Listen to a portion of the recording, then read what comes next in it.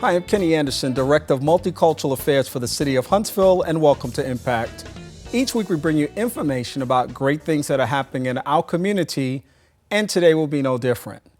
One of my favorite organizations in the whole city and the whole world is Big Brothers and Big Sisters, specifically of North Alabama. And it's always a pleasure to be able to profile them on this broadcast. Now, this is a very special segment of the Impact broadcast because this is our 100th show.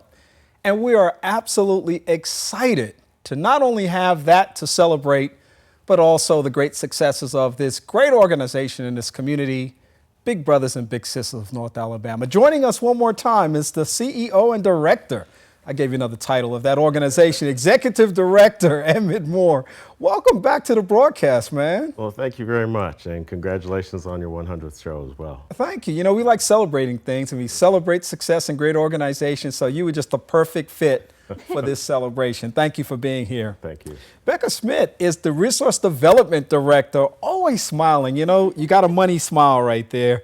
I have a lot of reasons to smile. That is awesome. And one of those reasons is because you're a part of this organization. Yes. And working as a team. You're part of the core team of what makes this whole process, Big Brothers and Big Sisters of North Alabama, work. Welcome to the broadcast. We're just happy to have both of you. Thank you. We would have brought balloons. Yeah, I know. We should have. We need some horns and some balloons and some cake. Yes. Cake, yes. Cake. We need some cake. We'll have to work on that. We'll blame it on Blake. Okay. We need a Sounds good. scapegoat, so we'll blame it on Blake.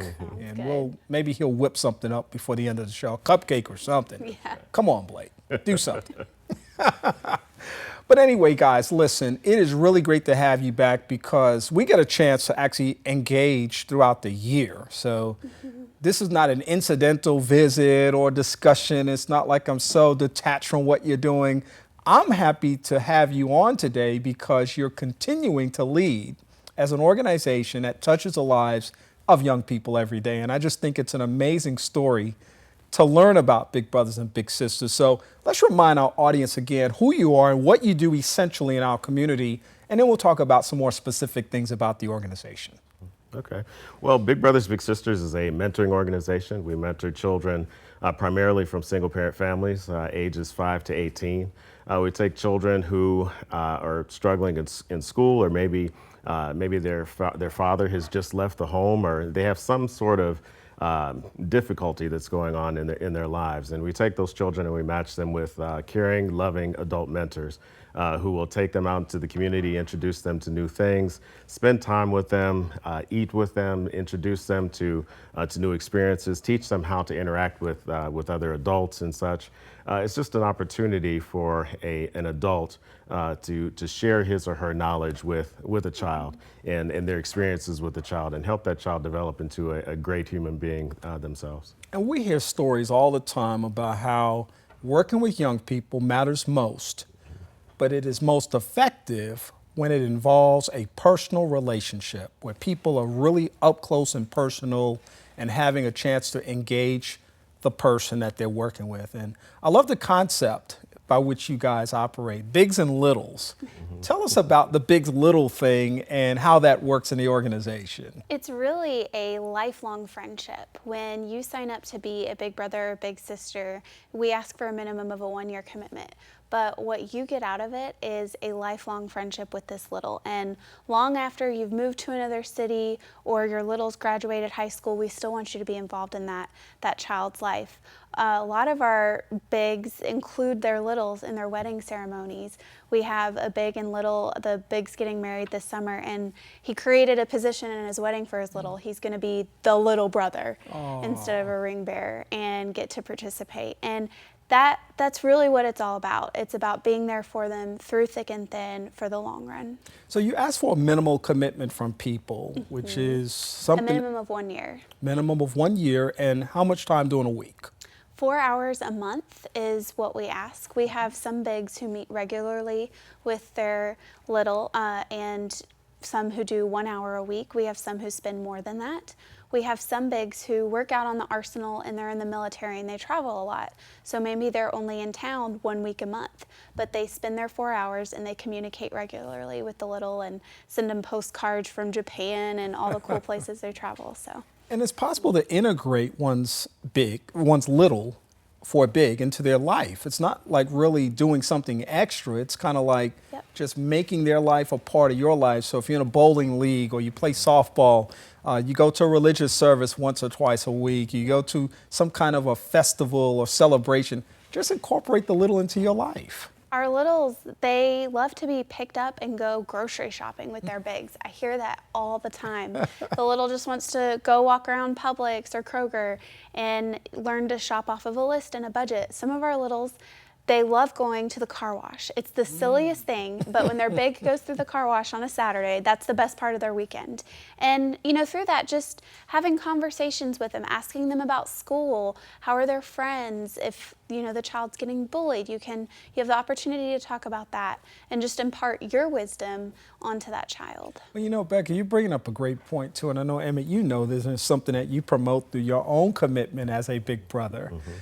And the lead of the organization, which I think is very impressive, it's like leading by example.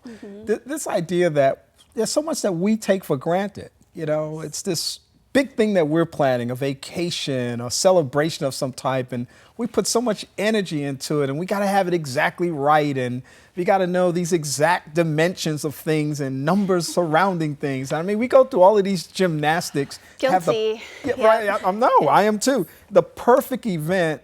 And all the little kid wants is a little attention, an opportunity, just a little time that seems so insignificant to us is the most profound and significant thing to them. Absolutely. You just a couple seconds ago, you hit the nail on the head. It doesn't have to be an extra event. It doesn't have to be a trip to Six Flags or to Birmingham or Nashville.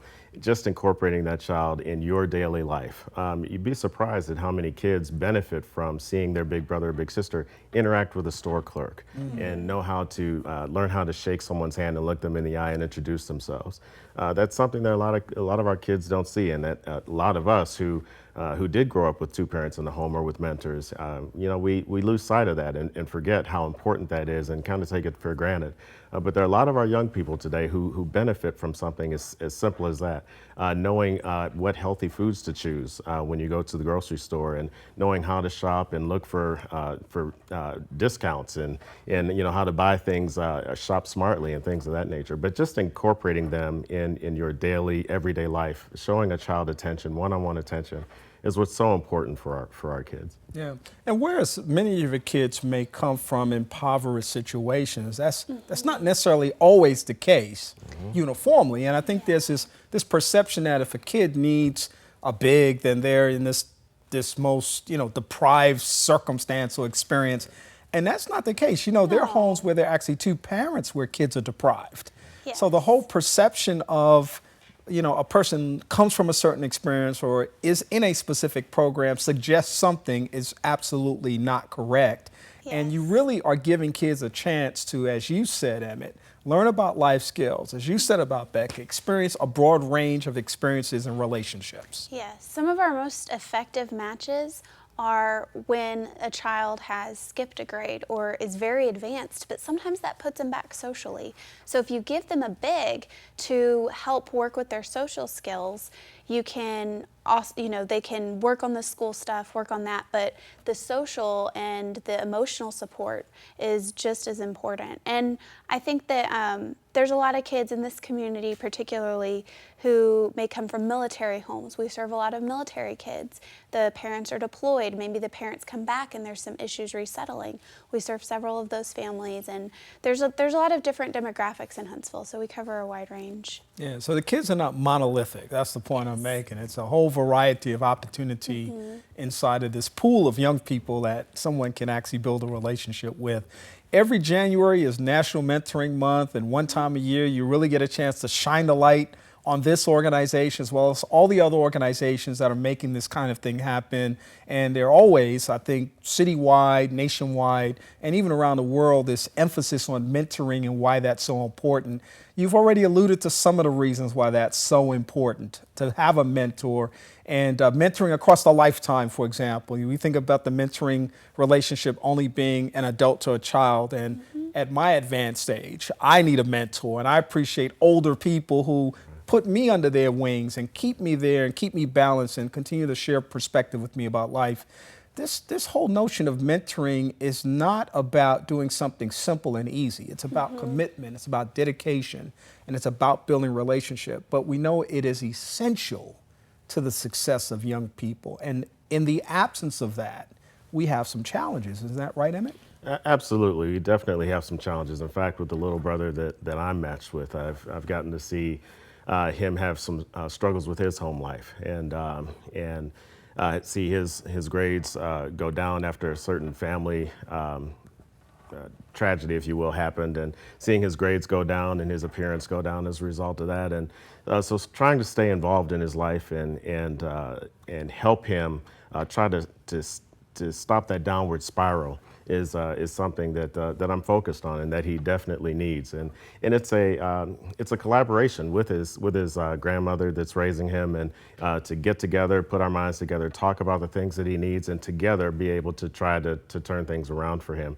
It's again, as you mentioned, there's so many of our kids out there who at this time are experiencing so many negative things as a result of things that are on television, things that are in the community, things at school. And so having adult interaction, as much of it as possible, is a great thing. As an example, with my little, it may seem like a small thing, but I think it'll pay off in the long run.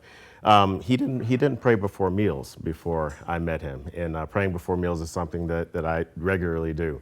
And after being with him for a few months, he now actually will actually remind me. He says, hey, we have to say the prayer before the meal, and he'll actually say the prayer. Yeah. He opens the door for women before they go into a store, or open a car door for women, which is something that he didn't do. And it's something that's important to me. Is chivalry's not dead with me. So, but that's something that I've passed on to him. So it makes me smile when I see him take on some of those things that are, again, small things, but very positive things, and that will help with his development. Yeah, and this message that you're sharing is such a valuable and important message, and it's one that we've got to keep before people's minds. So in the last couple of minutes that we have in the broadcast, time always flies when we're having a good time, Right, especially with right. you guys. Let's give people a chance to learn how they can become a big brother. Let's give some people a chance to know how they can perhaps consider Big Brothers and Big Sisters as an organization for their little. And let's talk about people that just want to volunteer or maybe make contributions to the agency. How would they reach out to you? We would love if you gave us a call. Our phone number is 256-880-2123. You can also reach out to us on the web. That website is bbbsna.org. To be a big, it requires a minimum of 4 hours a month and a minimum of a 1-year commitment.